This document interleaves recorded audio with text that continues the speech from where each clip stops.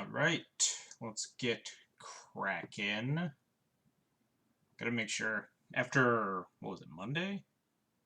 Monday or Tuesday? I think it was Tuesday. After Tuesday stream where my mic was muted for the first 5 minutes and no one was in chat, I always have to, like, make sure I make note of the mic levels. Ooh, dropping some frames. But we should be good to go. It's odd, but I think it was a minor blip. Anyhow, let's get back on the grind. We're playing some Legacy D&T tonight. And if you haven't been avidly following the Battle Bond spoilers, there's a new card that I'm kind of hyped for. Like, tentatively hyped. I'm not like, this is a slam dunk. It's not Recruit of the Guard, Sanctum Prela level for Legacy D&T. But the card is definitely sweet. And it's called Brightling, if you haven't seen it. I'll pull up a picture here. We got this, whatever, tweet. Oh god, nope. Brightling. It is the white Aetherling, which seems like it's really powerful in the Raid D&T shell. Unfortunately, it does not have 2 toughness, so it's not as good against, or not good to tutor up. So in case, definitely has cases where it's worse than stuff like Mirror Crusader or whatever. But I'm definitely excited to try it out. It can gain lifelink, and it can go up to 5 power, so it can trade with Gurmag Anglers, help you race against Delver, and it is very, very close to unkillable, because it's just 1 mana to bounce it back to your hand. So the best ways to kill it are, like, attempt to kill it on board, and then you pick it up, and you don't have a Vial on 3, and then they make you discard it, like, Hymn to Turok or whatever, K command out of check pile. Anyway, that doesn't come out for God knows how long on MTGO. I think the set comes out June 8th or something. But anyway, we're just going to play a pretty traditional list. Stopped playing Shalai, we just put in 2 Mirror Crusaders again. So we're back to normal.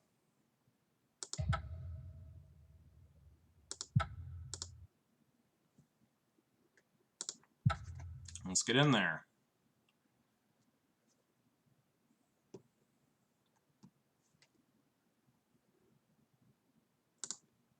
Is there anything I really kind of want to change in this deck? I'm not playing... Yeah, I mostly like it. 3 Mirror Crusaders is kind of overkill. I haven't played it against check pile in a long time, but that's probably just luck of the draw. Legacy is a wide enough open format that I'm not surprised I haven't seen check pile in a hot minute. I haven't been playing against Grixis Delver that much. Super recently.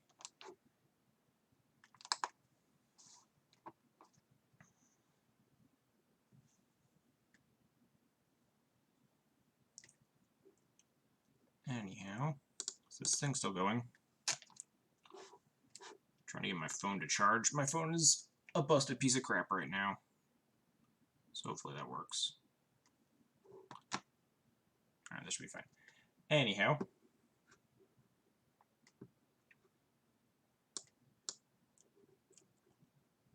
There we go. Legacy Leagues usually take a little bit longer to fire than the modern leagues. Just less people playing. Clobster. I don't really know that Revoker 3 is any good. I haven't really impressed with it recently. I haven't either. I've been kind of off Revoker. I boarded out in a lot of matchups. So I'm not surprised. I have heard people going to 2 on it. I'm just kind of playing a pretty stock list. So not messing around with anything. But I wouldn't be shocked that Revoker is just having less and less equity. Yeah, this hand's fine.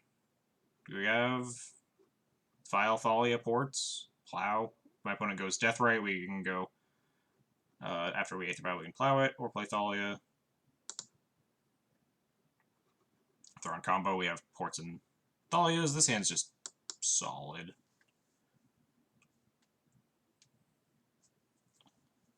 I don't know what would I cut the 3rd Revoker for? Like a 2nd Saravenger? A 4th Crusader? Seems weird. It's just so weird because I was playing D&T for a long time with just 4 Evokers when that was the industry standard. It was insane. And then one day everyone decided to play 3, and I was like, okay, I'll go with this. And now people are deciding 2, so maybe Revoker just isn't as good anymore. Playing land 24 over it. I could maybe see that. I can especially see that with something like Brightling. Brightling's pretty mana hungry.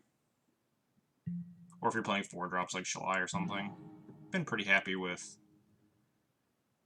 23 for most of my life.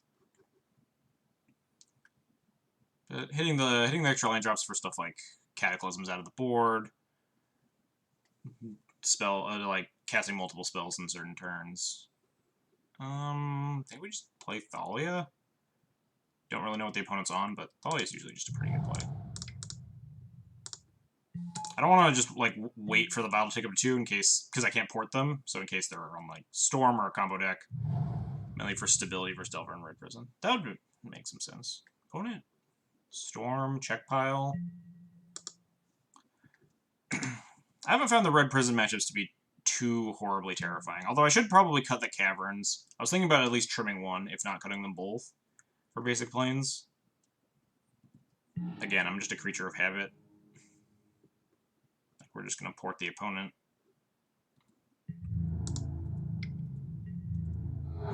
But I have been playing against like less and less Miracles, even Sneak and Show I haven't seen as much, so the Caverns are often a liability against any deck with Wasteland, or being able to cast my Swords of Plowshares, or Cataclysms, or Council's Judgments.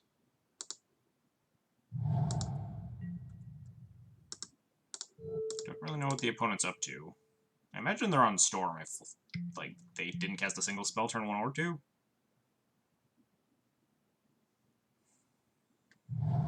Nope, not Storm. What deck plays all these cards, though? Third Prison matchup is quite good, so but it's becoming so common that it's worth making small decisions. That's fair. That's why I recently went back to Leonin Relic Warder for that exact reason.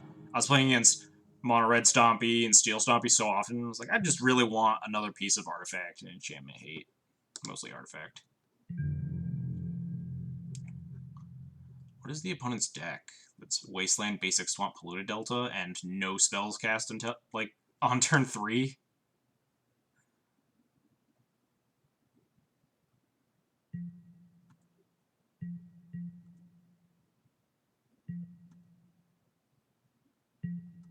We're just going to keep porting them.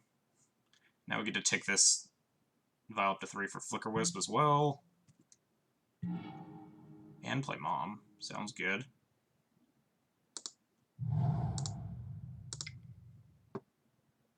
Bug pile. Yeah, I was thinking some sort of bug deck was my best guess. One of the more grindy bug decks. Opponent fetching. Like a Force of Will this.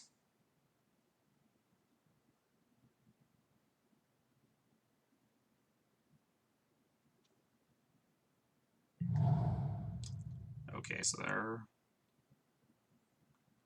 Maybe some sort of Grixis Pyromancer build, because so Delver doesn't play Basic Swamp, and the control decks don't play Wasteland, so maybe some sort of kind of middle of the ground deck.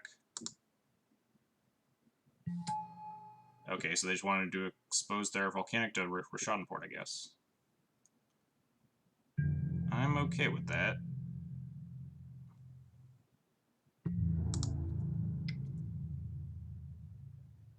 I suppose they can now cast Bolt. We have Flicker Wisp for that, so I don't really care. They can now cast Bolt or Fatal Push in their upkeep when I port them. Okay, or they can't. This is probably your chance to Wisp a land and port the other. I don't know how I guess that plays okay. It's kind of just down to leaving this Vial on 3 forever.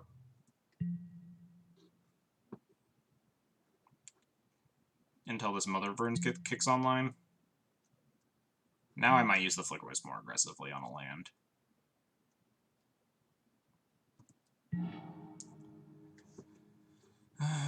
Probably don't want to play second Mom. I don't know what the opponent's on. They usually can't get punished for having a... But I don't want to have a board full of X1s. Could get pretty badly punished. By some random main deck hate card. Toxic Deluge, even. Guess they can't cast that next turn, though.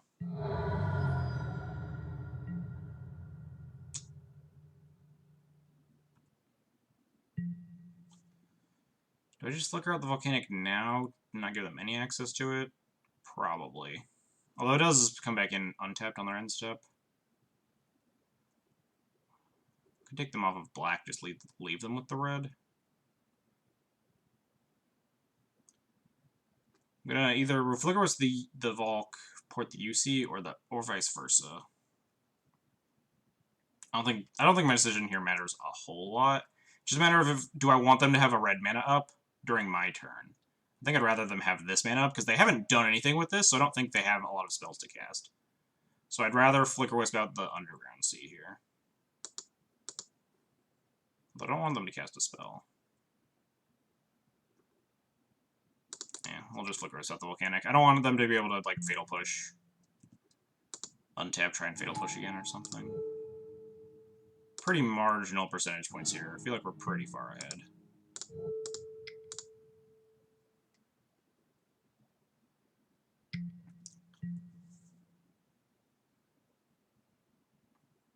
I always play way too slow. My first game of the night.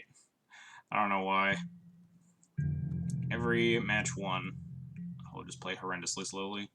So they don't have any lands. We just still have them on the roots. They go to cleanup. What on earth? What is the opponent doing with Liquimetal coating in their deck?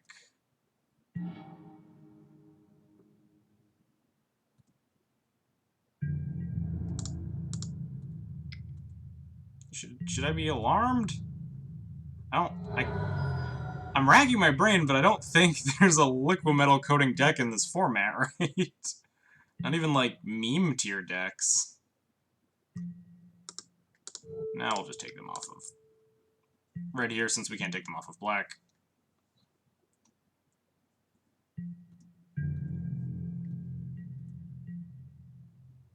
Come on, discard more cards. Let me see.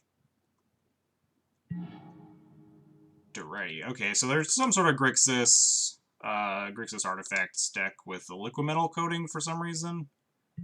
Does it combo with something in their deck? I guess it combos with Dak. There could be Grixis Artifact stuff. Steal your things with Dak.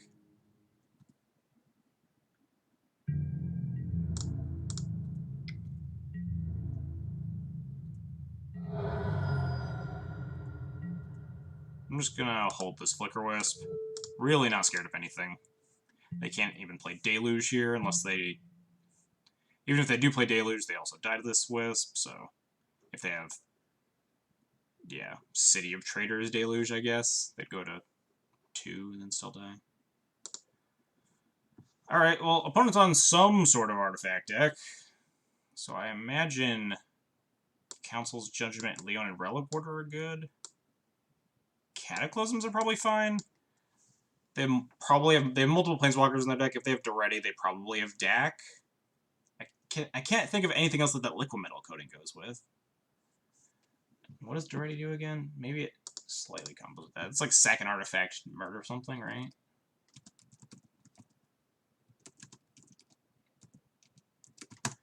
Should have looked at the card when he discarded it.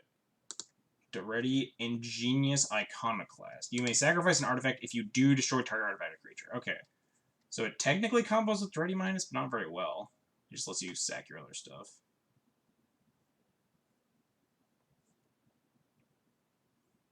Guess it also combos with Welder and stuff like that. Just don't really know if I'm terribly concerned about what my opponent's doing. Don't even know if I want Rest in Peace. Sword might be okay. Sword gives... Although they can actually blow up my artifacts with Doretti. Interesting. Imagine Jite is not very good against whatever the opponent's got going on. We saw a Doretti and a Liquimetal coating, so... Our Phyrexian Invokers are pretty taxed in this matchup, but I don't imagine they have a lot of creatures in this deck. Probably Welder, maybe Baleful Strix. It's hard to theory craft when I have actual no idea what cards are in my opponent's deck besides the 2 that they cast that game. Sarah, probably not great. Considering sort of War and Peace. Let's just shave. His Crusader probably sucks.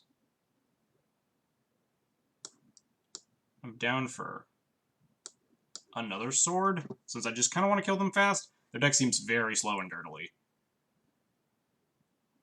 Leaving plows just in case. Answer, welders, stuff like that. Oh, those hand's terrible. This hand kind of sucks. This Cataclysm might be able to just pull me out, though. If they get aggressive with a bunch of Planeswalkers and stuff. And we have multiple Phyrexian Invokers, which probably seem pretty decent against my opponent's deck. I'll top that. I kind of just want land 4. The plan is just Revoker, Cataclysm. I get to keep a creature and an artifact.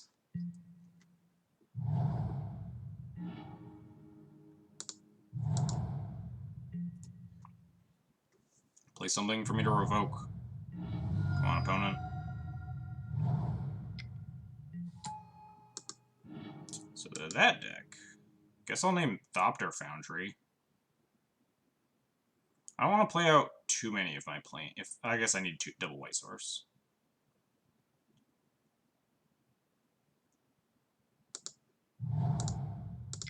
Let's name Thopter Foundry, I guess. Even if they DAC this, they would also have to sack it. Because it applies on both sides. Okay, so they have Ancient Tomb in their deck. Alright, we'll just name Tezzeret. Oh. That's kind of scary. I didn't think about that. But now we'll just kill Tezzeret, I suppose.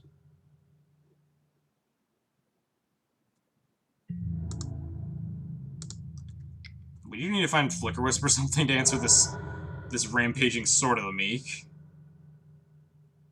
Man.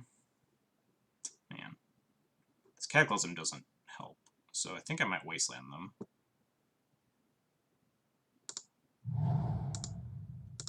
What do I name here? Dak Feeden? I think Duretti is probably scarier.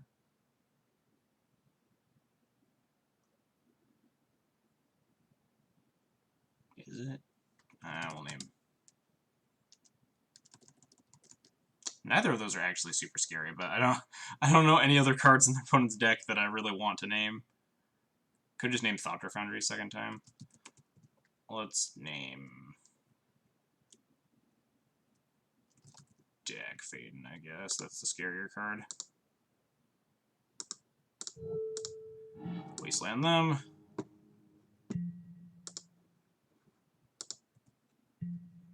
Might just clock me with a Sword of the Meek if I can't find a Flicker Wisp or a Plow.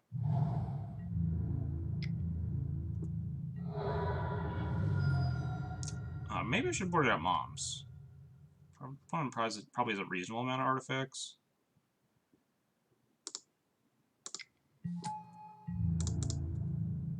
Might be able to chump block this thing a couple times as well. So this Cataclysm, it's not worth trying to get a 4 mana for this Cataclysm, really, since the opponent's just going to kill me with their single creature in play. So I'm going to keep Wastelanding them to keep them off of casting more spells, in hopes that we can eventually beat the Sword of the Meek. Strix. Okay.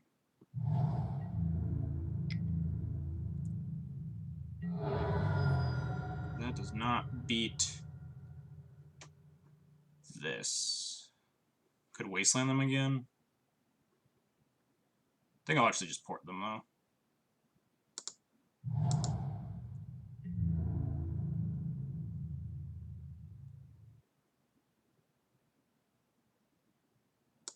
I'm gonna attack with 1 here. I'll just use the other to block.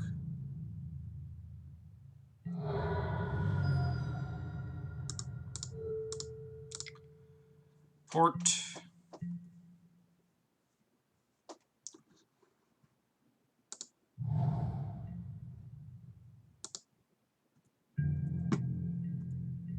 Now we chump block.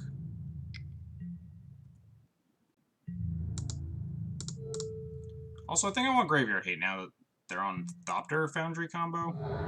Because I could have tried to triple block it last turn, but Oh, wow, they did have the deck. Oh, well, it doesn't do anything. They can't take my Phyrexian Revoker. That is not how that works, opponent.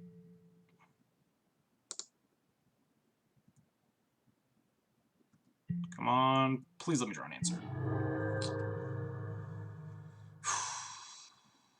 Guess we're chump blocking Thopter Foundry again. Then double porting.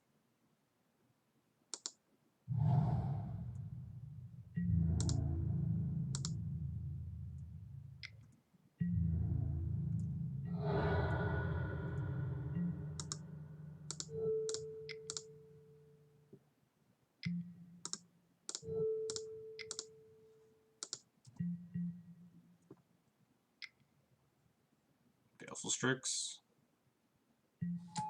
Chalice of the Void. Alright, that turns off Swords as an out.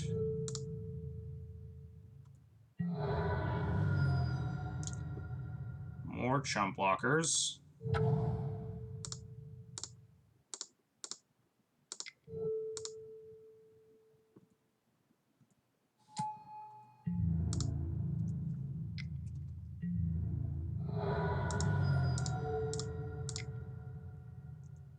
Well, I'm not actually sure.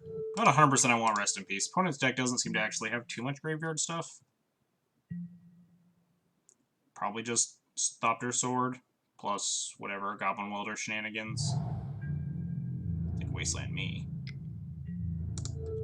Come on, Flicker Wisp.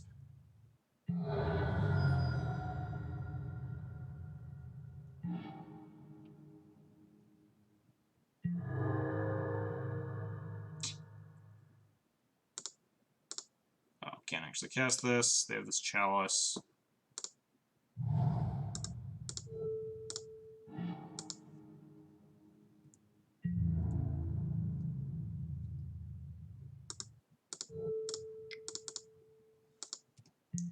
If we draw Flicker Wisp, we're still alive.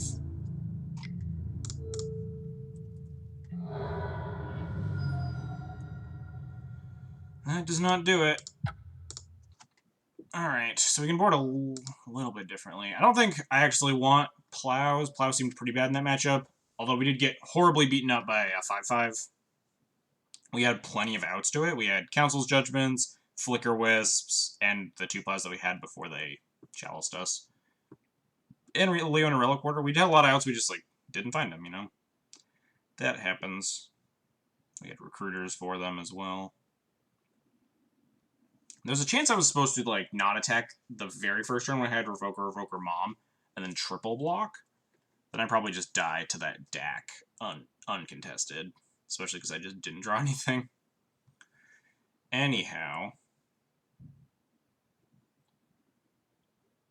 Don't think that changes my sideboard plan substantially. Maybe I'm supposed to board out more of my equipment. They have DAC Fadens, they steal my swords. Although Flicker Wisps get them back.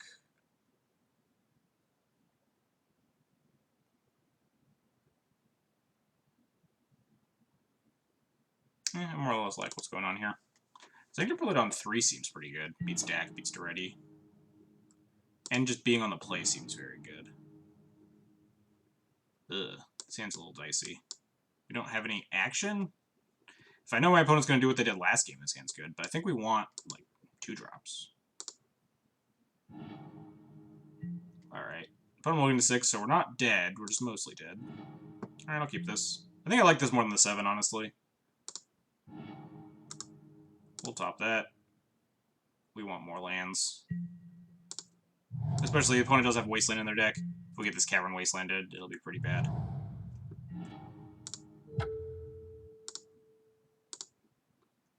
But yeah, a turn 2 uncounterable Thalia is probably pretty good here. Followed by Stoneforge for Sword of Fire Ice, probably.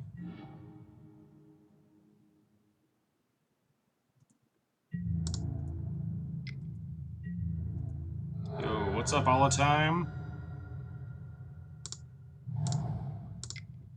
You think Brightling is good enough? I think it's definitely worth a shot. I'm not 100% sold on it by any means. Could get Sword of Fire, or Sword of War and Peace. think Fire and Ice is better. Yeah, I'm not 100% sold on it being amazing, but I definitely want to try it out. It seems like it has a high potential. It's just Dak? Sure. I can just kill this Dak now? What are they looting away?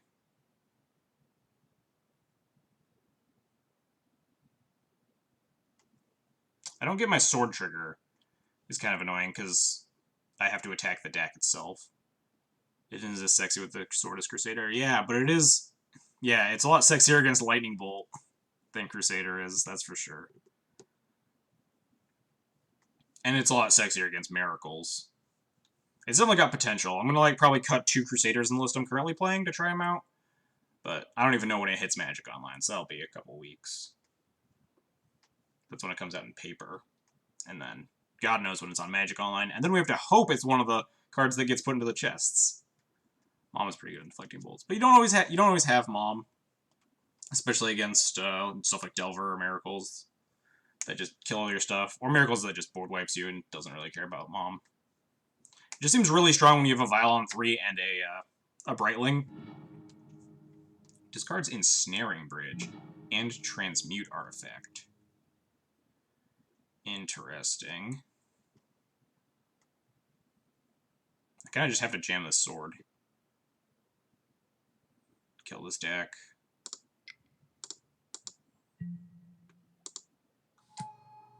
Don't know what I want to put this Cavern on, so we're gonna just keep it in our hand for a little bit longer. Attack deck Faden. They have like a second deck. I still don't really care. I don't think Vanilla Legacy, but I'll trust your judgment. Lightning's definitely sweet at 3 mana. That's kind of a lot. Yeah, the biggest issue is that A, it doesn't have 2 toughness, so you can't tutor it with Recruiter is bad. B, it's a little bit mana hungry, and sometimes you don't have a lot of white, like right here. Although if I were playing Brightlings, I would not be playing any Cavern Souls, so I would have triple white right here. But, I mean, we play Mirran Crusader, and I think it takes up the Mirran Crusader slot as kind of the 3 mana beater. And it definitely has potential. The ability to be able to race Delver, too, is very important. Giving it lifelink. What does the opponent have? That's not scary. That is also not scary. So I'm just going to revoke Dimir Signet, Wasteland, Ancient Tomb, and Rishadan-port them. Just smash their mana base.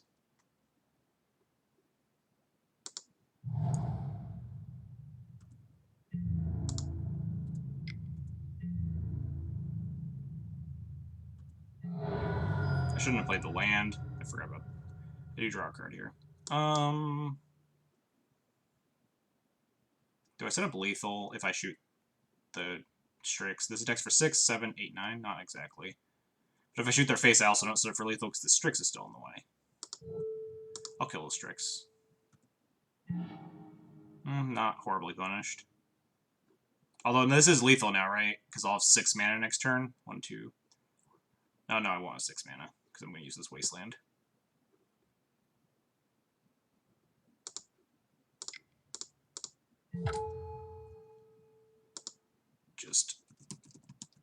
Just choke their mana out.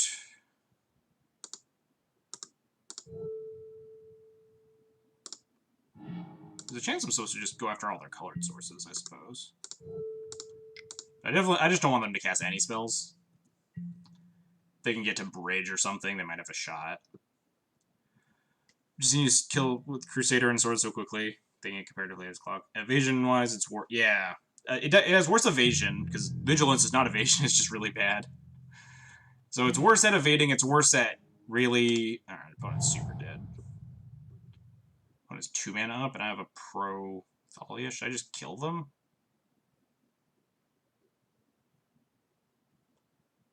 I just put them to 1, double port them. I don't want to lose to something stupid.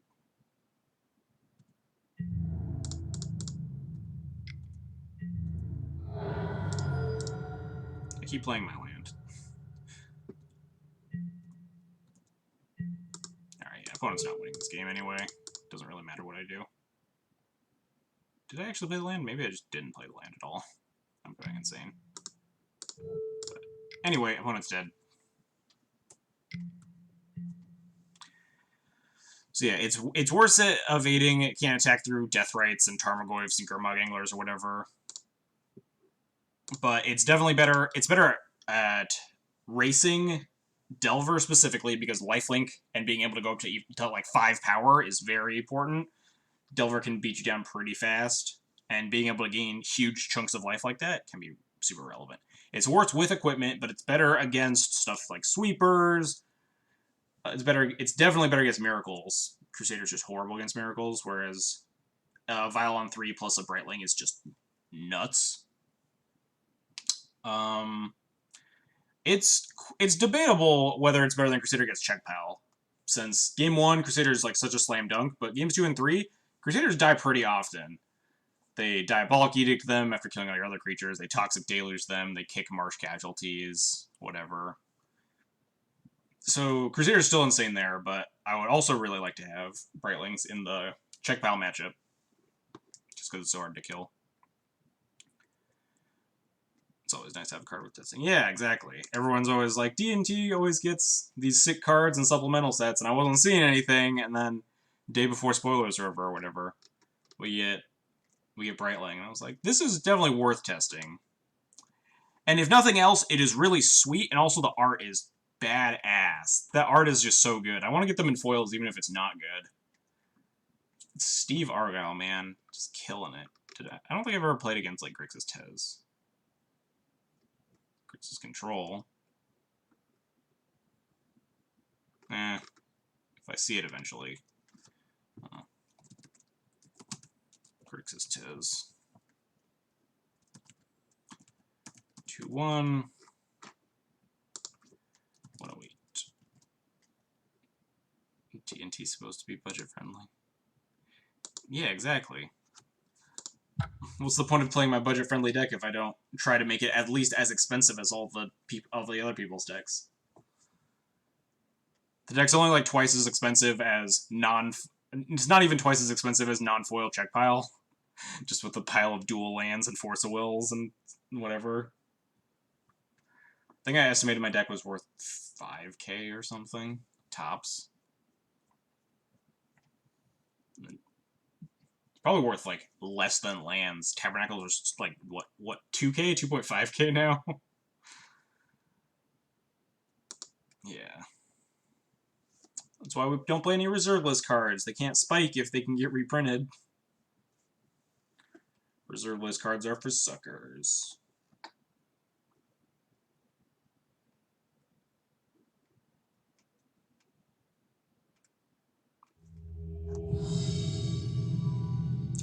Right. Let's get into round 2. Who is our opponent?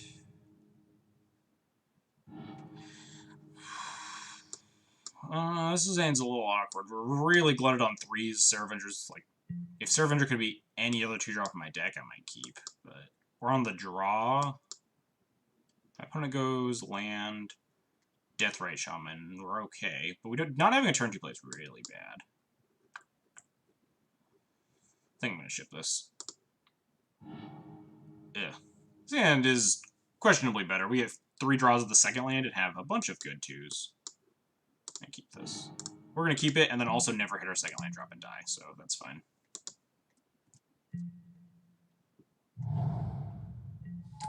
Oh. Is this just, like, Spanish Inquisition? Nope. Entomb Grizzlebrand. Is this just red-black Reanimator with their Bayou, I guess? Alright, I might concede to this. We do have Plows to kill it. We'll see what the opponent does. They want to unmask me pitching a Cabal Therapy with 7 cards in hand. Is it worth showing them what I'm on? Because because there's a possibility of winning. So they unmask, take Ace Swords. I don't think we're winning this game. They have 7 cards in hand. And we might not even hit our second land drop. They have another Unmask or Lotus Petal Thoughtseize or something. Yeah, it's not worth. Not worth showing them what I'm doing. Ooh, we do get the second land drop, though.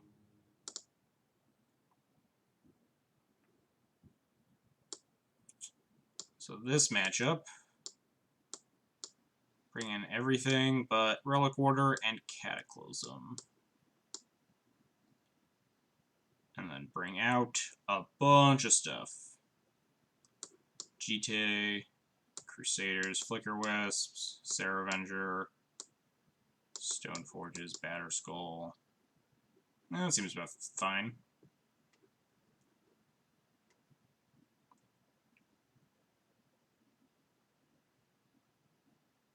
Yep, we'll run like that. TN's gonna be house full. Yeah! TN foils are pretty sweet. I was waiting for it to be like a Judge promo or something. Lightning foil shouldn't be too bad.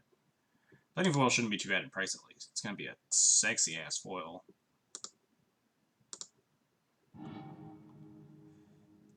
These hands that just don't have any hate are so scary. If we're on the play, I think we can just mulligan into a better hand. Alright, this is a better hand. We have Mom, Containment Priest. I think we're on the bottom of that. The likelihood of me getting Thought Seized. ENT isn't too expensive. Yeah, ENT, there's a reason I was playing ENT as my starting deck. Opponent revealed 2 Chancellors, so goodbye, Mother of Runes. We're gonna toss this thing into the void. Yeah. I literally... well, opponent's gonna move to discard here. And then I'm gonna have this Containment Priest, and they're gonna get bodied.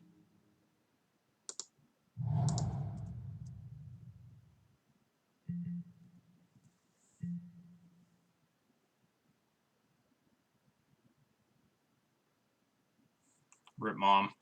She died for the greater good.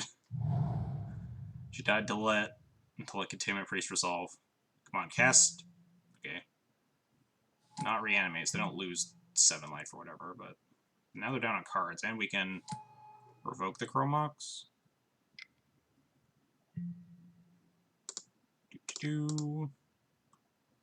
Getcha. Been wondering if I should buy an MTGO since I haven't had time to play paper. That's kind of why I started playing MTGO. It's hard. Yeah, buying Horizon Canopy is a real bummer. So the way I started, genuinely, I spent like $30 on a Pauper deck and ground that. I'm not a huge Pauper fan. It's a fine format, but I ground Pauper for like a couple weeks and then built Mono White D&T without Horizon Canopies and then used that to buy Eldrazi taxes and then just farmed all the way up to Legacy taxes by jamming Eldrazi taxes for like months. I guess we'll revoke Chromox and play Aether Vial. Oh, opponents just decided that they're dead. Cool. Tamer Priest wins again! I don't think Relic Order is worth it. Exiles, like, exactly Chromox. That's some dedication to the budget. Yeah, I didn't want to spend money. Fuck that. I spent, like, $40 on Magic Online. Spent $10 on the registration, whatever. $30 building Mono Green Stompy in Pauper when that was a good deck. Luckily, I sold that deck because it's really bad in Pauper now, but it was super cheap, really easy to grind leagues. Spends 5k.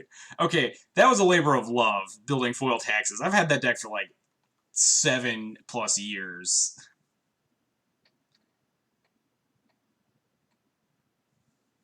Better save some money on MTGO. I mean, grinding was fine. I didn't mind it. Pauper was a decent enough format. I need to figure. Am I sideboarding anything? I don't think so. We'll just draw Surgical Extraction for game 3 and be fine. The other decks was a labor of love. I did a lot of trading.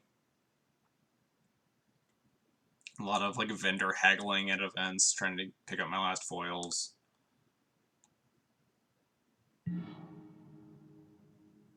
This hand is probably not good enough on the draw. We have Path and Council Judgment to answer their stuff.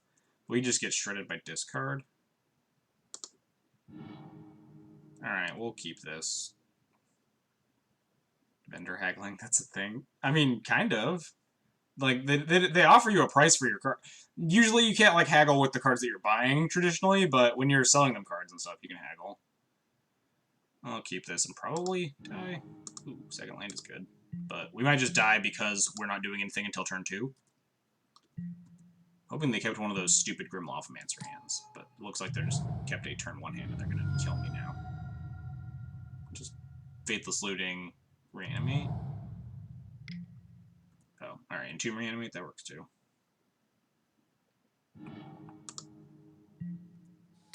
Entomb animated. Oh, right, I always forget Animate Dead's a thing, so I should actually board in Relic Order for this matchup. Yep. Well, now we need to draw, I don't know, Caracas? I guess we could draw any number of Plows and Paths as well. We have like 6 of those in the deck. This thing's a 4-turn clock because it's a 6/7 now. They do just get to... It's probably going to take them less than 4 turns to kill us, though, considering they just draw a bunch. Wow. Not drawing more cards. They discard... They didn't discard another fatty, either. We draw... I guess we only have 1 flyer. If we draw the 1 of Flickerwisp, we can kind of fog Grizzlebrand with Flickerwisp plus Mom. We'll get punched in the face.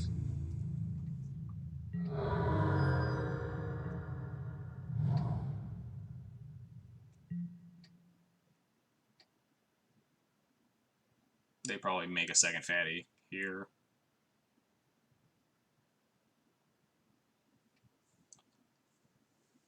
They have 3 mana out of 14 cards in hand. Sure, unmask me too.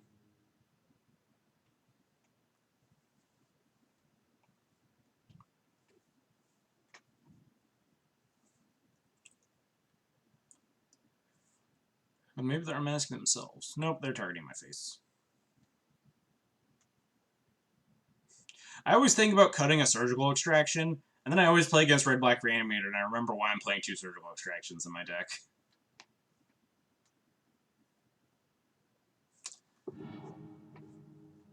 They take the sword. Is that just BM? Because they don't care about any cards in my hand.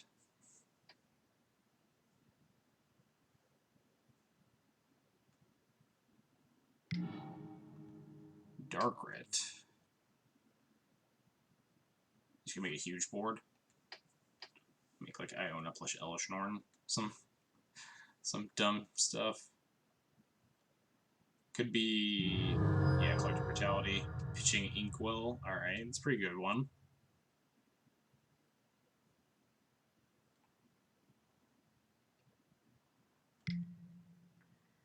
Animate Dead the Inkwell. That is a lethal in play, opponent.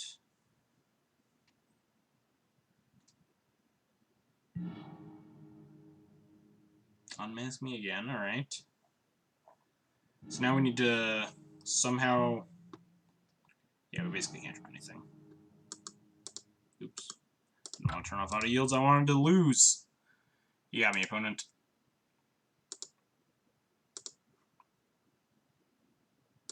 $64.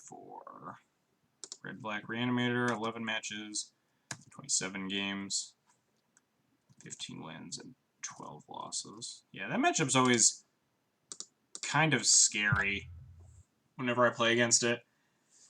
I don't feel like I'm too unfavored. It's pretty close, but just being on the draw, losing game 1 is pretty bad, and you lose game 1 often. So, but you usually win game 2. Being on the play is just so much easier to win. The issue is that going to that game 3 where you're on the draw and most of your hate is turn 2 based, you really kind of need surgical in game 3, or oftentimes you're just gonna die. Or you need them to have their really bad hands where they just cast Grim Lavamancer on turn 1. Because for some reason they're still playing that and boarding it in against D&T.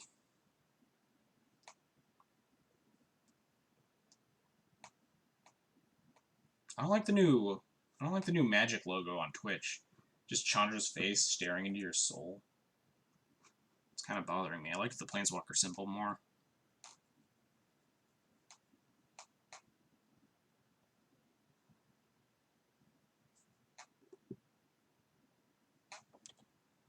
Can't figure out if my phone is slowly killing its own battery or it's actually charging. No, it's actually charging. Cool.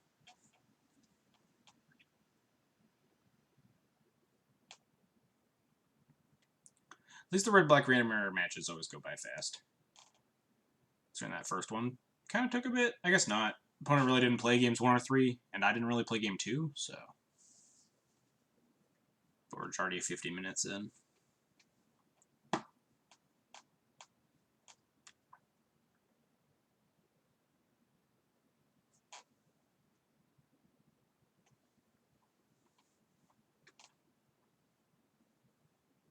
Or some lingering souls and tokens, depending on if I should get the Bitter Blossom. How much is Bitter Blossom worth more than $0 on MTGO? I'm willing to like play it, run it through some leagues at some point. Bitter Blossom. Oh, it's like 8 ticks on MTGOs.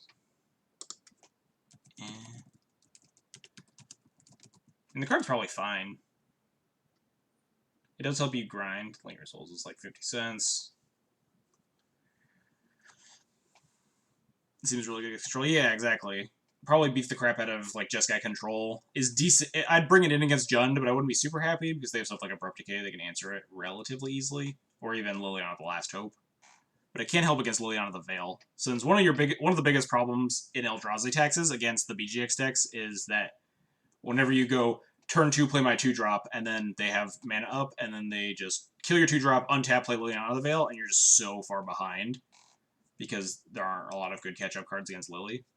I used to play stuff like Celestial Purge or Anguish Unmaking just because you couldn't beat Planeswalkers like that. But I can see Bitter Blossom being pretty reasonable. I might give it a whirl.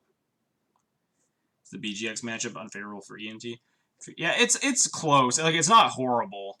I just always feel a little bit behind in the matchup. Like, their cards are so much better. Obviously, you're playing with a pile of draft chaff. They're playing with a finely tuned machine. And it's not like against the Jeskai Control decks where you have infinite time and you can really grind them out with stuff like Vile. Because they have a bunch of pile removal spells and also just have Tarmogoyfs and beat the crap out of you. This hand is horrible on so many levels. We're on the play. This hand is really risky on the play. The whole point of playing is to win with dollar. No, we can't play Bitter Blossom then, right? The card's too expensive.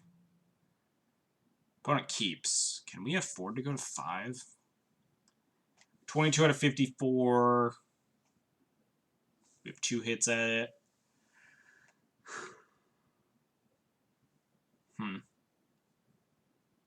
This hand is really good if we can't hit a second land. Can we afford to go to 5? We're going to keep. Alright, we're going to get immediately punished for keeping. That's fine. There's definitely a non-zero chance I'm supposed to mulligan that hand. Oh, he's going on elves? My decisions don't matter? Ooh.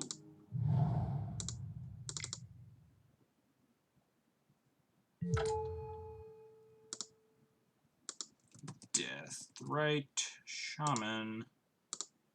We even have the back, if they are on elves, we have this backup one to name Heritage Druid later, or Wirewood Symbiote. But also they're on elves, so we're probably just going to die, and none of our decisions actually matter, so yay.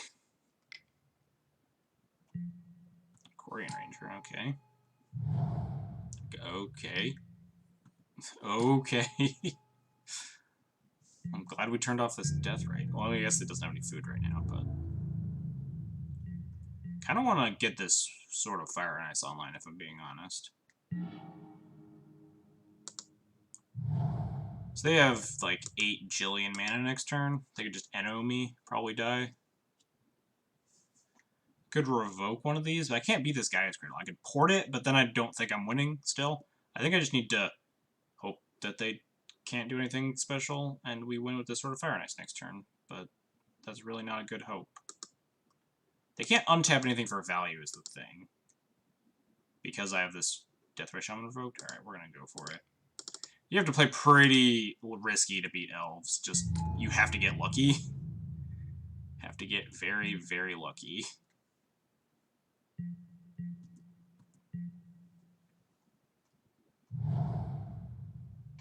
Opponent could just easily natural order me, and I die. Okay. So they're not glimpsing me. They could just be NOing me and I die. Yep. Okay. That's what I figured. But we couldn't even beat that unless we ported this, and then... My favorite card is Death Rat and Guy's Cradle. Alright, yeah. You got me, opponent. And then we'll either die horribly again or narrowly win game 2, and then we'll just get crushed game 3. Because that's how this matchup goes. I wonder if Cataclysm's worth it in the Elves matchup. Guess there's a chance. It's probably pretty good if I ever get to 4 mana. What am I cutting? This. All these Thalias.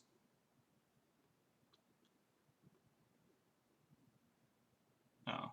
Guess I cut one too many cards. Eh. Not horribly against this. If I ever get to 4 mana, it'll be really good. And you might be able to get it to 4 mana a little bit easier with a lot of the stalling that this deck can do. Post-board. Like those cards to be other magnets in the Wansea Breaker under mistakes. Up there with Umezawa's Jite and Skull Clamp. Oops. Yeah, we'll try it like this.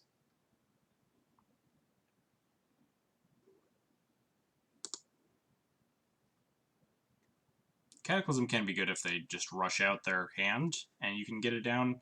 You stall them a little bit, and they're light on resources. Although Elves never is light on resources. They always just have 3 Glimpse of Natures and then kill you. Or just natural order hoof you on like turn 3. That's what I get for playing Thalias in my deck. I think the story goes something like it was a super last minute change. It used to have like a different third ability, and then they just like stapled -1/-1 onto it instead. And then also, I guess, forgot to say combat damage to a player and just put combat damage on it. Would like to play first. Alright, this end's good. This Cavern of Souls is really much better as a basic plains, but we have Aether's-Horn Canonist, so that might stall us long enough to draw an actual white source to play our other spells. I'm going to keep and then regret it, but we're also playing as Elf, so I don't really regret anything other than my deck choice.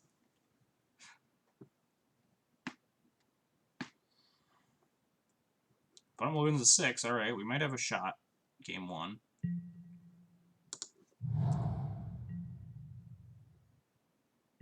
You're not an Artificer, right? You're a Cleric? Yeah, can't cavern both of these then.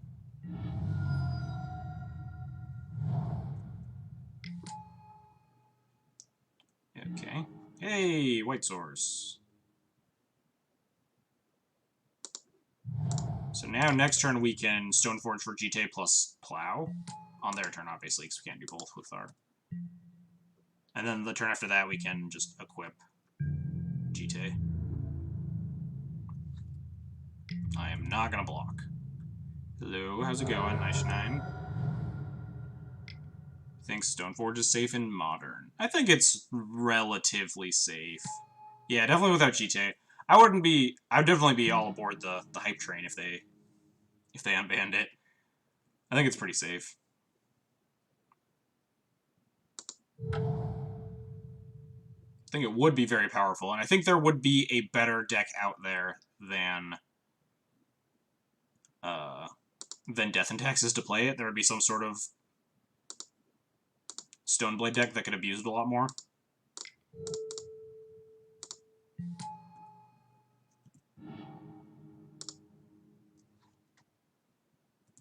Be some control deck, or yeah, some mid-range deck, or like the old blue-white-red Kiki, blue-red twins that played Kiki Jiki Resto. You just jam Stoneforges in there. Obviously, you can't play twin anymore, but you know what I mean. Don't think I want to plow anything yet. We'll see what they do. Yeah, like junk. You just play Abzan with Stoneforge Mystics in it or something. Jam it into Mardu Pyro, all sorts of things. I'll just take this. Again, I really don't care. 3 damage means nothing to me. And if they play something to block, we can plow it. Quarian Ranger. So this untaps a creature. And bounces a forest. We're probably just going to suicide this Stone Fortune to get the counters on it. Ooh, so now they think they can fog my Stonefort, or my attack, right? Because they can bounce their Dryad Arbor. So now we just plow this.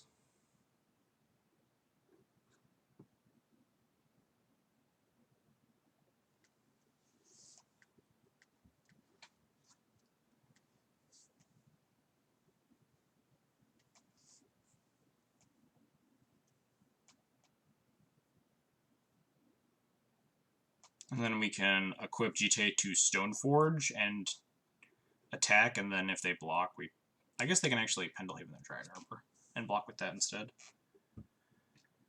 Then we have to ping off Visionary and Dryad Arbor or something. Then we can't punch this Nettle. I could plow it, punch through. They probably don't have another 2-card creature. Could revoke something. It's pretty helpful.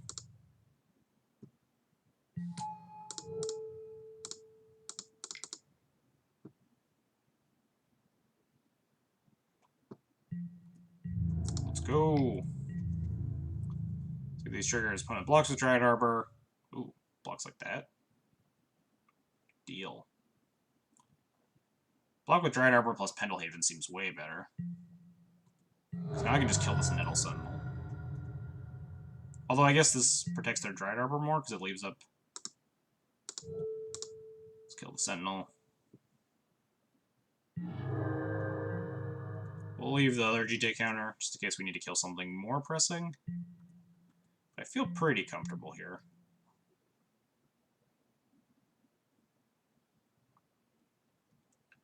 We have Plow to punch through A blocker. We can't quite Plow plus Port here. I guess we'd ping off Visionary plus Port. The opponent just gonna like NO me? For what? Green Sun for 3. Okay, they're Rack Saging me.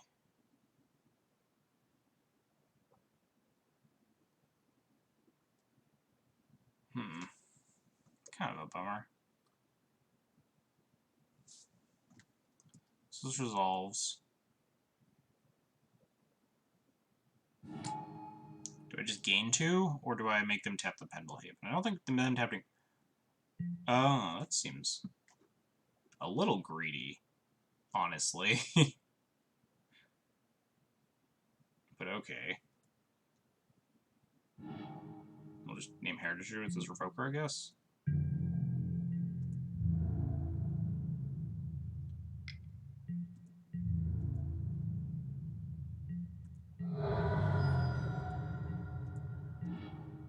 Oh, Jesus. Oh, we can't cast that because we had to put this coward on core. Huh.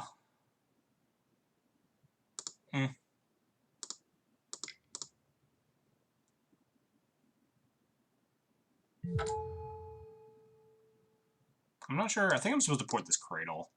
I don't want to die to a natural order. Heritage. That's how to spell that. Then they'll have 1, 2, 3 mana. I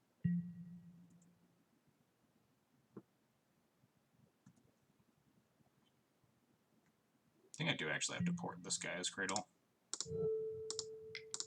Rather than leave up Plow.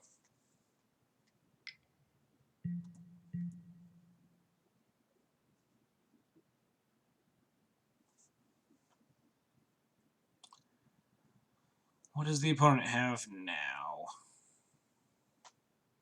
Really want to get this Mirror Crusader online. So the best draw would be just second basic planes. Then we could equip GTA to Revoker attack and play Mirror Crusader.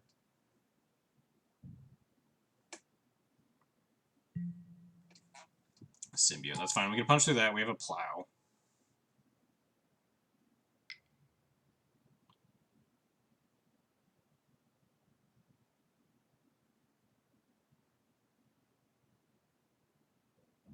Are they gonna pick? Oh, I should have killed this Rex Age. I'm dumb. They can pick up their Rex Age here.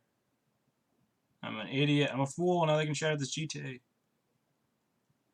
I am a fool. Yeah.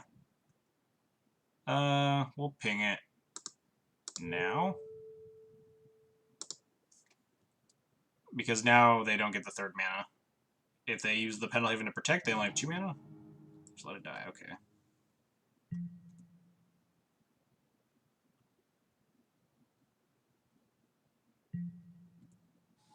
Sure.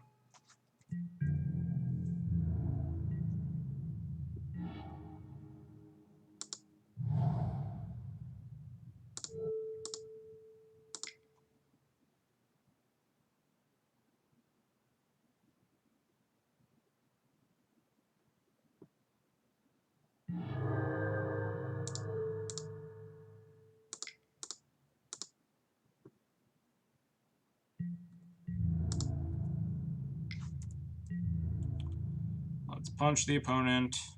They probably block with Visionary plus pump it. I shouldn't F6. I might need to actually ping off this Visionary. I'm not positive.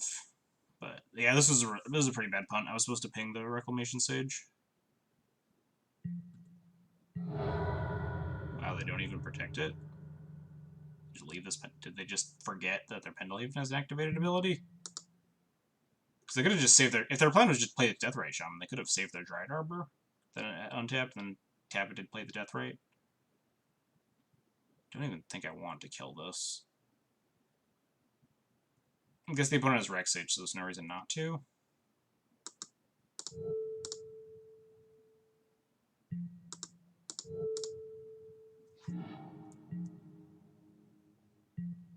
It also prevents them from casting Rex Age, interestingly enough.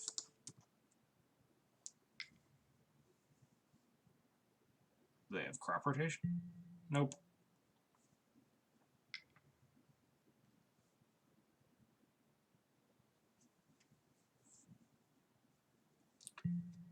Green Sun for 0, get Dried Arbor, okay. More uncastables, nice. Can't double port them. We keep trying double white spells and getting supremely punished by this Cavernous Souls.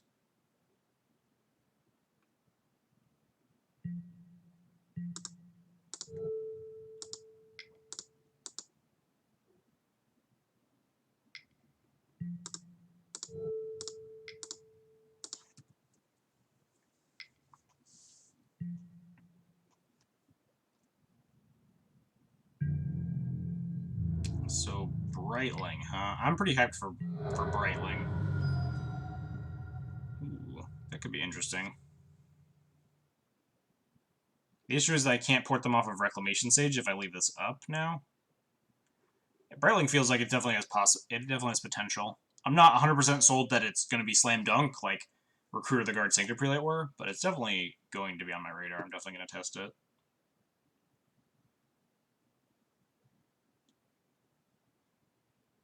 Maybe I just have to play this Containment Priest.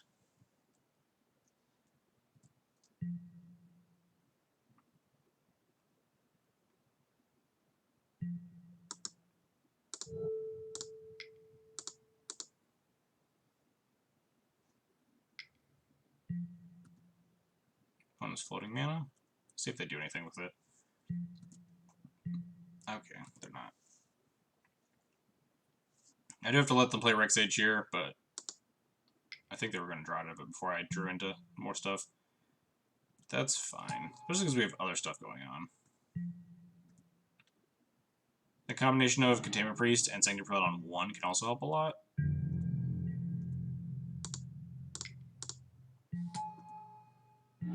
If we ever find another white source.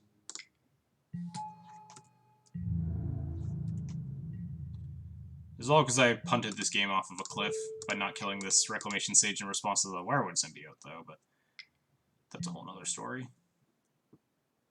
But it really likes the bluff. Whatever floats their boat, I guess.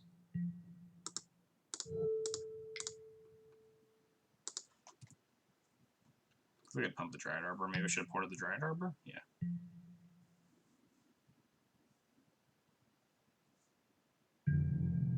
Although, if they're attacking with this, I'm totally fine with that. I'll take 4, go to 9 here.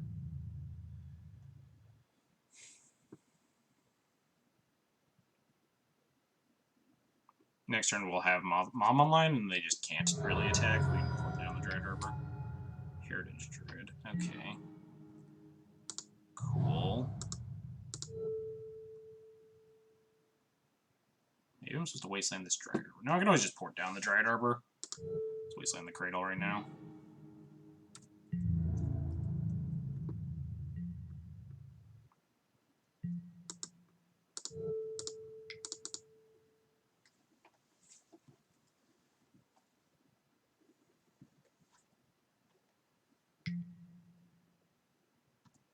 Sure.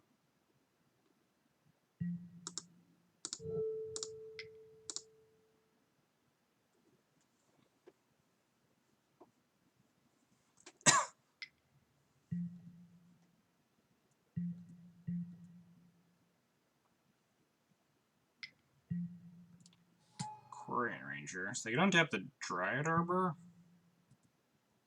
But that doesn't really matter. Cannon Priest just eats it anyway. They don't have any good attacks here.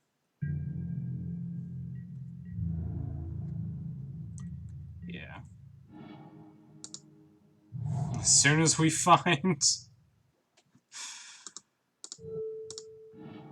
As soon as we find the second white mana, we're gonna really give it to our opponent.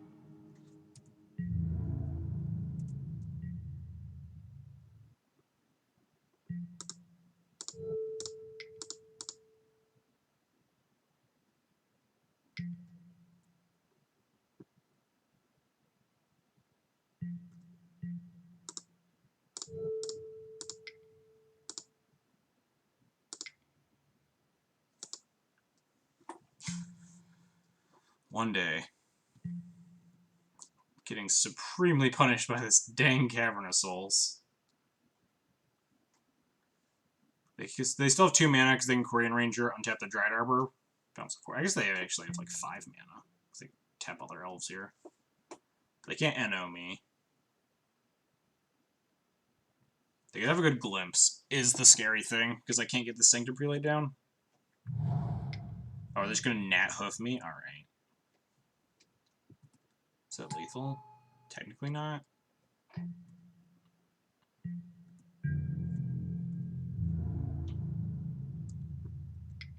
But basically, yes, essentially. I suppose I could Cataclysm them. In which case... I'm gonna toss this Mom off the cliff.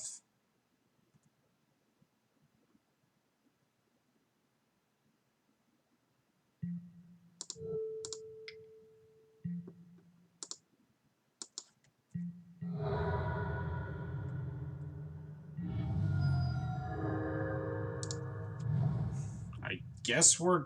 Oh no, we're dead. Even if we Cataclysm them, they just keep the Crater Hoof and like the Dryad Arbor, and then we die. Yeah. Jeez. Yeah, that Cavern of Souls is definitely not a good showing of that card. We would have won that game a long time ago with a Mirran Crusader and a Sanctum Prelate in play. Chalk another one down in the L column. L for Elves. Because that deck is unbeatable with this. Should invest in some Holy Lights. I think I have some on Modo. But I also definitely forgot to cut the Cavern of Souls. I was definitely going to trim down to at least 1, if not 0. There's just been significantly less decks with counterspells, specifically stuff like Sneak and Miracles are kind of why you want Cavern of Souls in your deck. Sneak likes to Force of Will your early disruptive plays, so they can kill you fast enough. And obviously Miracles loves to counter your spells. It's a liability with double white cards, especially, obviously right there, it usually goes on human, but there was an awkward turn where I had to play a Stoneforge Mystic and also Swords of Plowshares that turn. So I had to put it on core, and then it totally wrecked me that game. Though I did also just punt by not killing the Rex Sage when I had the chance, because I forgot that penalty even only applied to 1/1s, not 2/1s. So I had one counter on the G10, I let the Wirewood Symbiote resolve. So that was definitely on me. I'm not going to blame it all on the Cavern of Souls. But yeah, Cavern is also a liability against the Wasteland deck, specifically stuff like Delver. Although Cavern can also be nice when you like resolve turn 2 Thalia against into Dazes and such. But I think the more and more I play it, the more I think it's more of a liability, especially with kind of the downtick of the Neo Miracles lists. I'll definitely be cutting it down to 0 if I'm playing Brightling, because it's a shapeshifter and it's double white and almost all of its abilities need white activation, so I definitely want to be on like 12 basic planes, 3 Caracas, 15 white sources for it.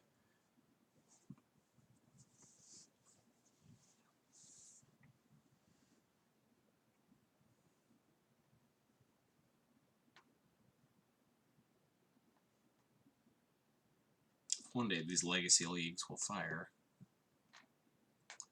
Till then, I guess we'll chill here for a bit.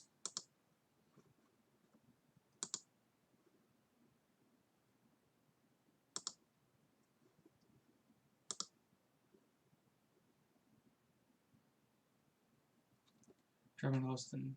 I'm just reading the Death and Tags Discord at the same time. Too many good cards, not enough slots. Yeah, dropping to less than 2 Crusaders versus Pile doesn't feel that bad, because Brightling's also really good versus Pile, so... This...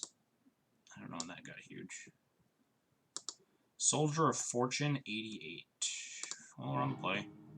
Sand's very good. We have Violenta, Monthalia, Stoneforge, Flickerwisp. This is most of the stuff we want. We just need to draw like Wastelands and Ports. The old 1-2 bracket, me and the opponent here. Let's see what they got going on. As long as it's not turn 1-ing me, I feel pretty good about our odds. I guess as long as it's also not more elves, but this doesn't look like elves. This looks more like lands, I guess. In which case, we want to just slam Thalia. So they can't cast Loam or something this turn. Could be some other Wooded Foothills deck, to be fair. Alright, yeah, probably not lands. Don't know what it could be, but...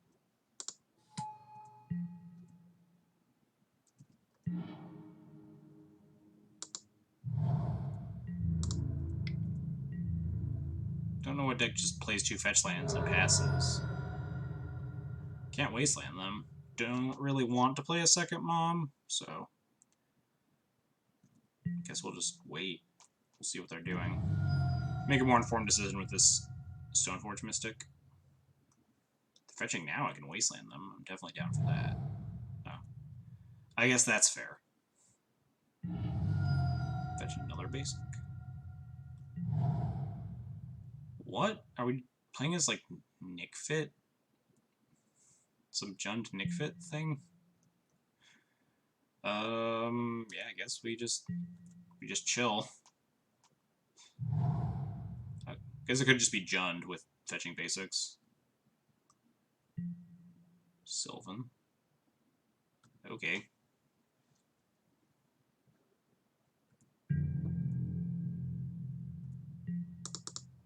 Let's go get Batterskull, I guess.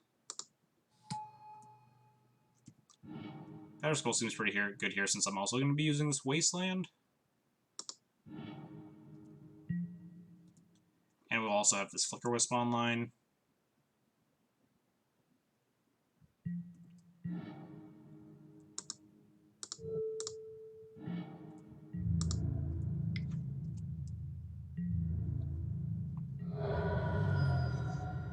Go ahead, use Sylvan Library. Please draw some cards, opponent. imagine the opponent's just on Jund? Is the best guess. They just fetched a bunch of basics to play around Wasteland. But I'm definitely down with... So they are on? Okay, so we're back to like Nick Shift is the best guess.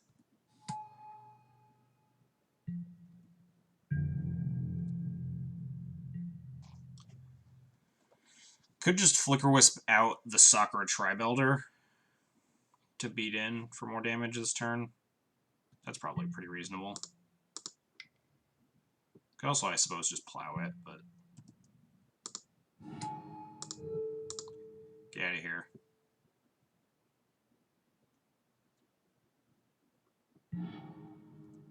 Yep, sure. Find your basic, opponent.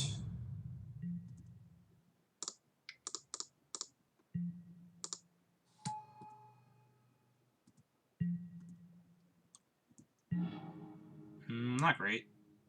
But we do get to just punch them for a lot.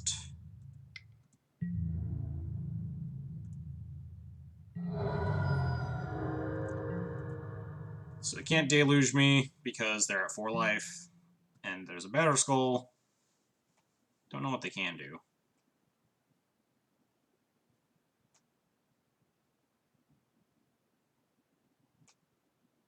They will likely just die. Okay, yeah, they're killing themselves, keeping a card. Committing honorable. So they're just Nick Shift, right? It's the only deck that's going to be playing the Jund-colored fetches. Sakura Tribe Elder is probably Nick Shift. Can I find a Nick Shift deck list? This is a Nick Shift deck list from like a year ago. Okay, that one's from 3 years ago. Alright, this one looks a little bit more relevant. Yeah, I've seen Registar Alpha as tech in these decks semi-recently. Yeah, they had all these cards in their deck. Veronic Catacombs, Wooded Foothills, Sylvan Library, and Sakura Tribe Elder. Okay, I can get behind this.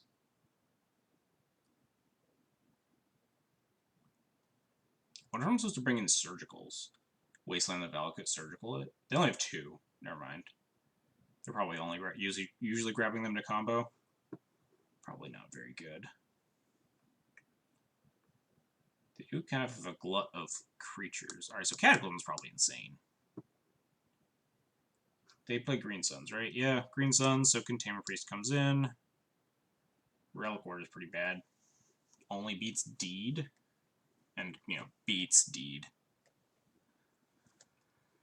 Rest in Peace only turns off Vet. And yeah, that's it. Luckily, the opponent doesn't really have a lot of interaction. Their interaction is in their sideboard. They can, like, Burning Wish for stuff. Burning Wish for Deluge, Maelstrom Pulse, Pyroclasm. Probably boarding in to Bolts and stuff. According to the deck list I'm looking at least. So let's cut. Cheetah probably sucks. I want these ones to clock him. Sanctum Prelate. Sanctum Prelate turns off Burning Wish and or Scape Shift.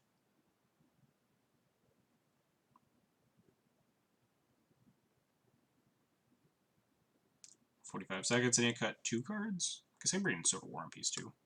And you cut 3 cards? I guess Thalias. Thalias are terrible, right?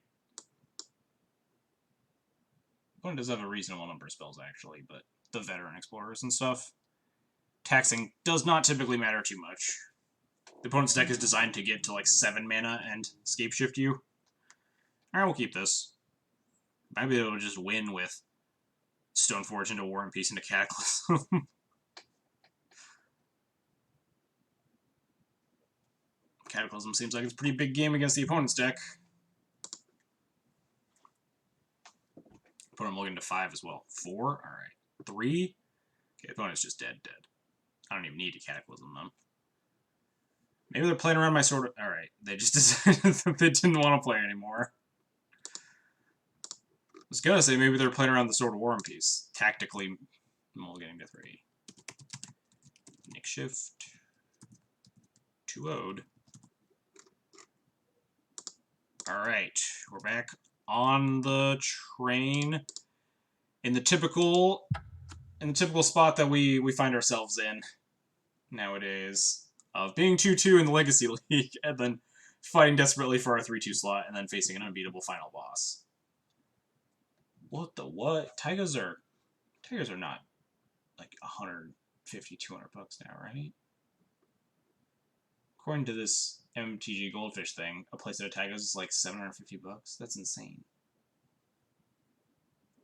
4 Badlands is almost 1,000. Man, I should have picked up my 3rd plateau before they spiked. I only have 2 if I ever play Red White Texas. Usually want 3 nowadays. Anyhow, come back. Zach with Hack. Opponent says they're likely on Mono Red Prison, which is a good matchup. I mean, I wouldn't keep this hand regardless of what I'm playing against. So,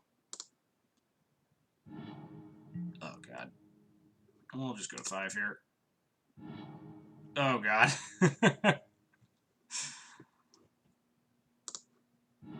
All right, we're good. We'll stop the pain. I almost want Vile. Almost.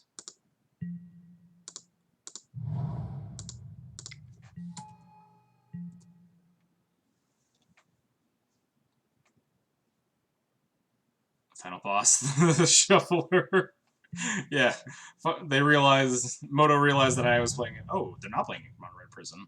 All right, well, our mulligans weren't really situated around the opponent being on prison. Our mulligans were just, we weren't having very good hands.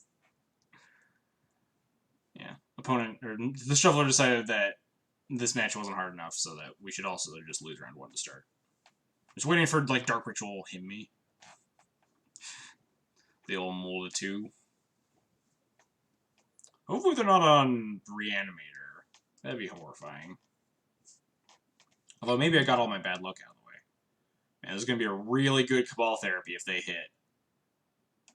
I will be genuinely impressed. Named Plow. Alright, yeah. I think they are on Black Red Reanimator, though, is the scary part. Do I port them or do I revoke Grizzlebrand? I think I might actually port them. Porting them likely stalls for longer. And I'd rather stall for longer to find my actual relevant cards. And if I revoke Grizzlebrand right now, they're likely to be able to Entomb for a different thing. If they just have Entomb plus Fatty in there, or Entomb plus Reanimate spell in their hand. Then if I preemptively revoke Grizzlebrand, they'll just be like, okay, I'll go get whatever, Grave Titan, Inkwell Leviathan. Alright. Whatever floats their boat. Probably just get Grizzlebrand now, though. Maybe it's worth it. Because Port does not beat Entomb anyway. Wasn't really thinking.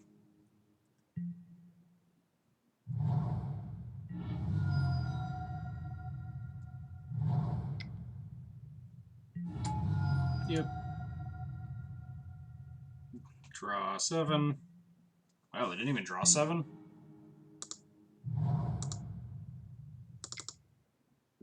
Because that's why the name is Swords Plowshares.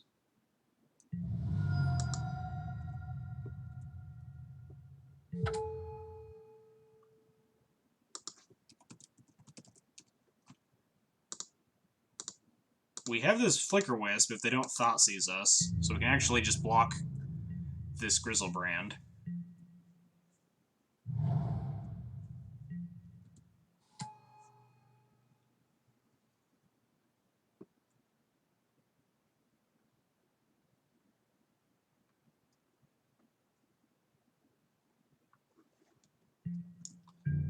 Final boss is Black Red Reanimator, and that's not good. I don't have anything, really. Discarding Tidespout, Chancellor, land? Not the worst thing in the world.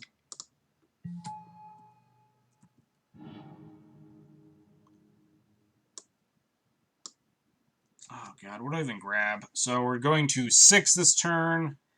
If they just have they've likely just have a reanimate spell in their hand and we're just dead. Regardless of my decision here, but the best odds of winning are, I guess, sort of Fire and Ice. Something on Flicker Wisp. Maybe Batterskull doesn't pair with Flicker Wisp. GJ pairs with Flicker Wisp to block Grizzlebrand forever. We'll just grab Sword here. Gonna leave up Mom in case they reanimate Tidespout. Tidespout's what, a 5/5 flyer? So we won't. I guess we will die. Because with 7 cards in the hand, they're very likely to cast multiple spells.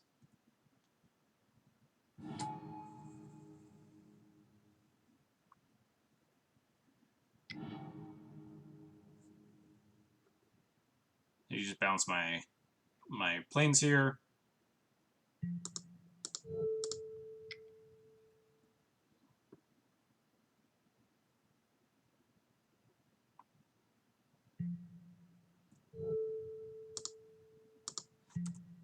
I'll have 6 now. We are just very, very dead, so. I suppose we could draw Caracas into, like, Swords to Plowshares or some nonsense. Even then. Yeah, there's gonna make a Chancellor, too. Okay. Bounce my planes. I've had enough, opponent.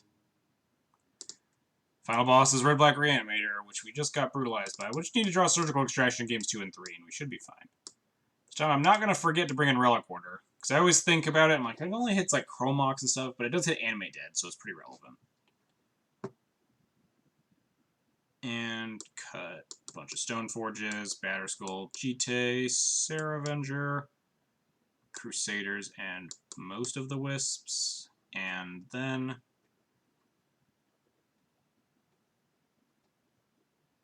maybe all the Wisps. Mom plus Flyer helps beat Grizzlebrand in the air, but not really.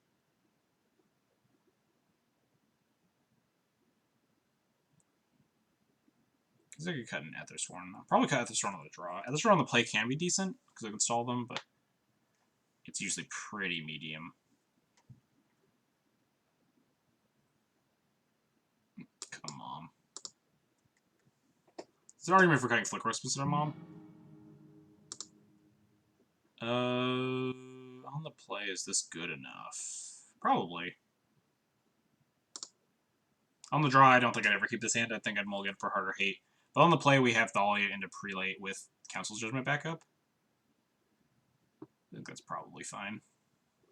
Do they have a Chancellor of the Annex? Nope.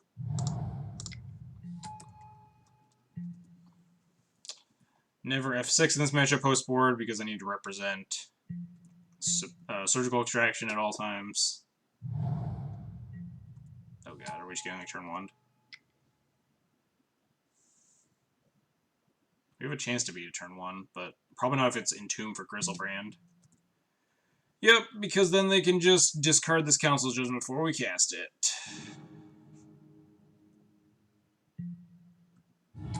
Man, this does not feel good at all. Alright, now I'll F6.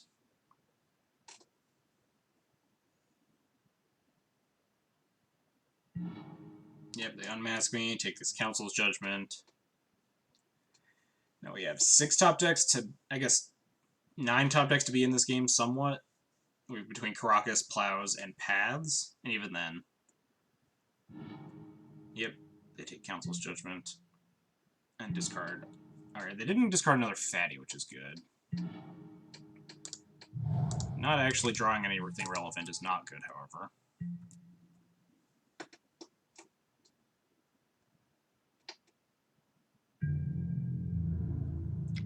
Punch for 7.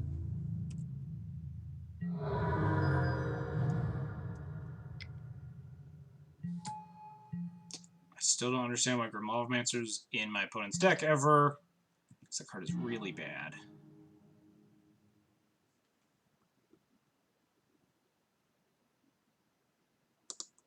Regardless, I think we're just dead.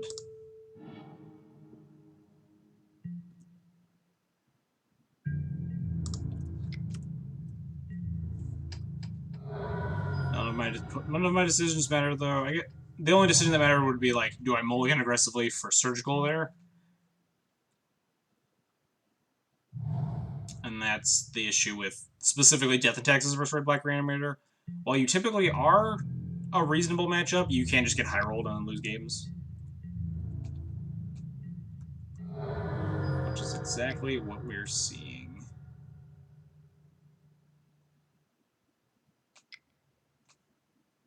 Yeah, sure.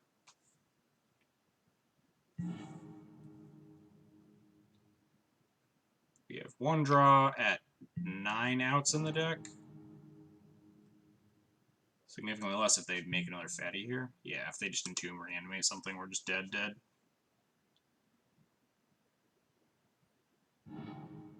Archetype of Endurance. Why did they shoot my Thalate? Oh, so they get cast these spells.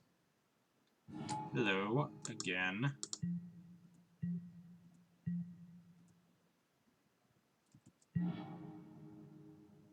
Man, that is some real salt in the wound. We actually drew the path for the Grizzlebrand too, and they have Archetype of Endurance. Jeez. Some really bad beats lately in Legacy.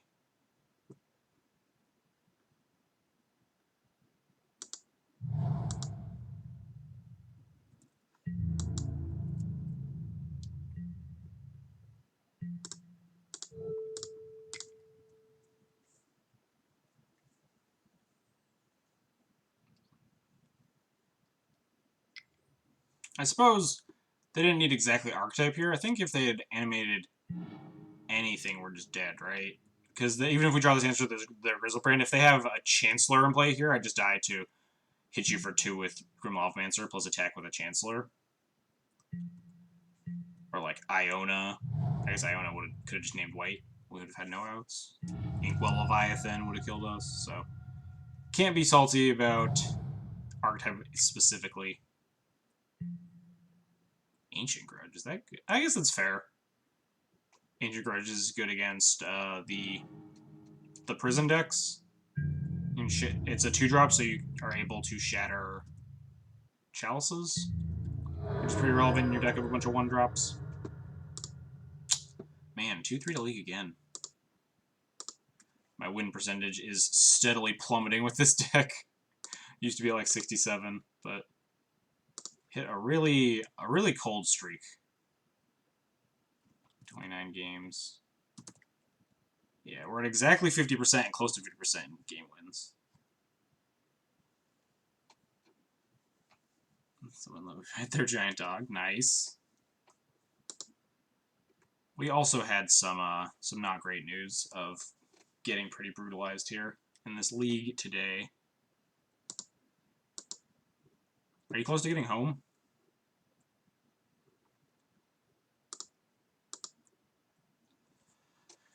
So looking at the list, I don't think there's a lot I would change up. The only way to really shore up the red-black reanimator matchup is by playing another surgical or something.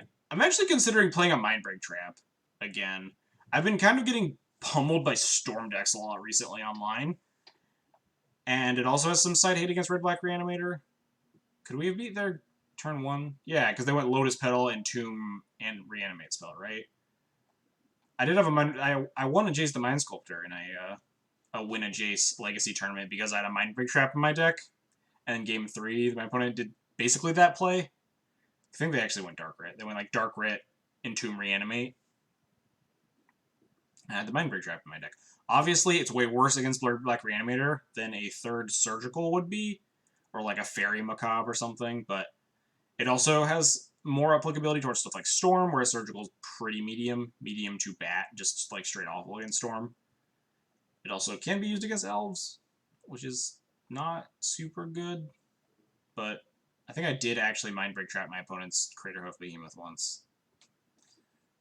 And won the game because of it, but that's pretty minor cases. So maybe might just cut the Sword of War in Peace. Have not played against Miracles like at all recently. Can we just do this going forward? How does this look?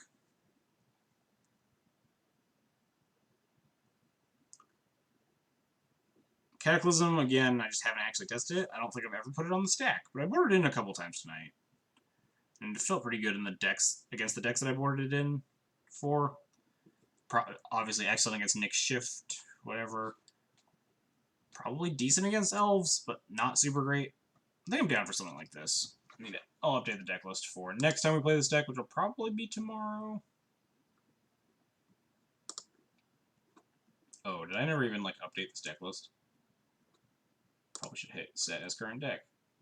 Luckily, today was a pretty slow night. No one came in to ask why my deck list looked like Eldrazi taxes. I need to have like a checklist of do all these things before you hit the start stream button.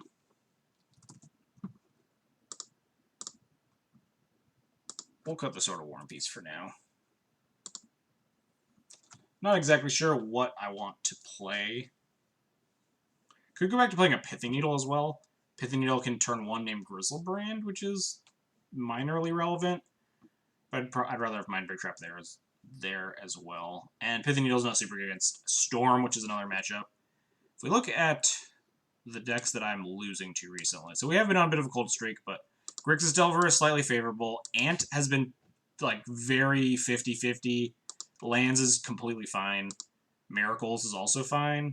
Check Pile's 50-50. D&T, it's the mirror, but the better player can often win the mirror. It gets really complicated, and I think a lot of D&T players can be a little experienced. Red-Black Reanimator is 50-50. Eldrazi Stompy is good. Turbo Depths is great. Show and Tell is decent. Tess is horrible. Stompy is good. And then we kind of starts falling off the map. Elves, we're getting bodied. Eldrazi Post is fine. Enchantress? God knows. I played against that like a while. People were on a kick with it for a bit, but then we have just like a slew of 1s and 2s. So in terms of the matchups that we're losing the most recently, it's mostly just Storm and Red-Black Reanimator. So I think Mindbreak Trap is actually the most reasonable card to try and kind of cover our bases, rather than playing more Surgicals or something. I'm trying to think if there's anything else besides like very narrow hate against stuff like Red-Black Reanimator. I think it's fine. We'll just play the Mindbreak Trap as our 15th card. Never disappointed with it. And Storm has been bodying me a ton recently.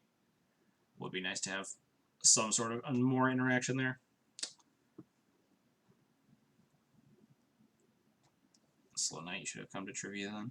I can't just like drop off my stream. It's like, I'm gonna go drink. I mean, I could, but I would definitely do it a little bit more prior notice. It's not like I can predict the night's gonna be slow. I can't judge when people come in and out of the stream to hang out. But I think we're gonna wrap it up a little bit early, which is really good because I like sleep. So I'm gonna wrap this tournament up a little bit earlier, or wrap the stream up a little bit earlier. Tomorrow, what are we doing tomorrow? Is All Time still in the chat? All Time is still in the chat from what it looks like. I don't know if he's still watching. Or just has it on. Not sure if we would want to play Eldrazi Taxes. We could run back our 5-0 list. I think the deck lists do the deck lists get published on Fridays? Be nice to do a victory lap stream.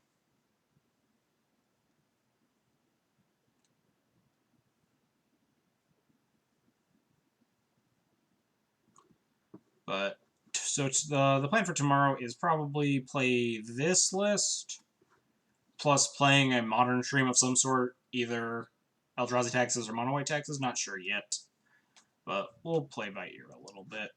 Tomorrow's the long stream. Early stream starts at about 2 p.m. Central Time. I'm just kind of yammering on while I also pull up someone to host as we end the stream. And I'll give my end of stream spiel here. So tonight wasn't a great night for Death and Taxes in general, but it was a good night for, playtesting. Got some good. Did we get any good games, honestly? We got Bodied by Reanimator, Bodied by Reanimator, Bodied by Elves. Barely played any games against Nick Fit or Tez. Alright, so tonight wasn't a very good stream by most stretches of the word, but it was pretty cool. We got to chill, talk about Brightling, which is a sweet card. and I'm really excited for it. And we're gonna pull up the art again because that card just looks really good. I'm gonna show it off on stream for if anyone hasn't seen Brightling. That art is so good. Steve Argyle is killing it. Can't wait to see it in foil. But anyway, I'm hyped for Brightling. Stream wasn't very great today, but you know, you can't win them all. Sometimes you have off nights. Stuff happens. So anyway, if you liked the content, you enjoyed hanging out tonight, you want to see more, you can hit the follow button. It costs you totally nothing. It helps you know when I'm going live, helps other people find my stream. If you really want to support the channel, you can subscribe or donate. Subscriptions get you the Sweet Thalia emote. Praise Thalia, the best card in Magic. Donations, if you donate to the stream, you can also kind of suggest to me a Death and Taxes list that you want to see, Modern or Legacy. I'm open to playing new things. I know Time's a big fan of Eldrazi Taxes. If you want to see a certain card, we were talking about playing Bitter Blossom Eldrazi Taxes earlier. I might try that out or something. But if you want to do something like that, you can donate to the stream. And I will be happy to oblige. That is usually most of my things. I always kind of yammer on about alright, this is Legacy Tests or Legacy Goblins. Wait, where'd Legacy Goblins go? Come back. Alright, yeah. We'll host Turn 1 Lackey here. Turn 1 Lackey's a cool guy. Streams a lot of goblins, and his name is Turn 1 Lackey. I'm pretty sure his name is Turn 1 Lackey on MTGO. Really pulls no punches. Anyway, that is going to be it for tonight's stream. Hope to see you all here tomorrow, the early stream, and I'll catch you guys later.